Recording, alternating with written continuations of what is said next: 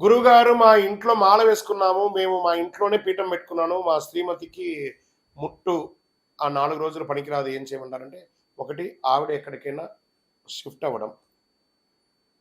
లేదంటే మేమిద్దరమే ఉన్నాం. మాకెవ్వరూ తెలీదు. ఆవిడ అక్కడ ఉంటారు. మీరు పోయి చక్కగా బయట పోయి ఆహారం తీసుకొని మీ సన్నిధానం సెపరేట్‌గా ఉంటది. మీరు మీ రూమ్‌లో చూసుకోండి. ఆవిడ మిగతా రూమ్‌లో ఆవిడని వాడు చూసుకుంటారు. ఈరోజు రేపట్లో దారులు చాలా ఉన్నాయండి. ఇంట్లోకి వెళ్ళడానికి, రావడానికి, జాగ్రత్త పడడానికి. ఈరోజు అందరికీ అన్ని నాలెడ్జ్ ఉందండి.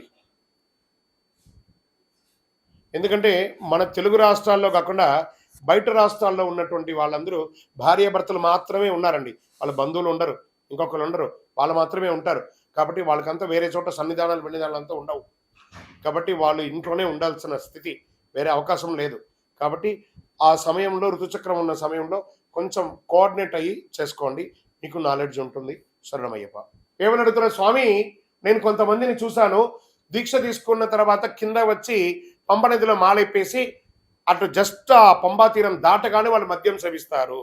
మరి అది తప్పా రైటా అంటే, వాడు కూడా వచ్చిన వాడిని ఇబ్బంది పెట్టడానికే కదా! అతనిది తప్పు కాదు. అతనికి నేర్పించిన గురుస్వామిది తప్పు. నువ్వు కరెక్ట్‌గా ఉండాలిరా అని ఖచ్చితంగా చెప్పుంటే అతను వినేవాడు. ఆ గురుస్వామి కరెక్ట్‌గా చెప్పలేదు కాబట్టి ఈ శిష్యుడు ఇలా చేశాడు. ఆ కర్మ ఫలితం ఉంటుంది చూసారా? ఖచ్చితంగా అనుభవిస్తారు. ఇది సత్యం.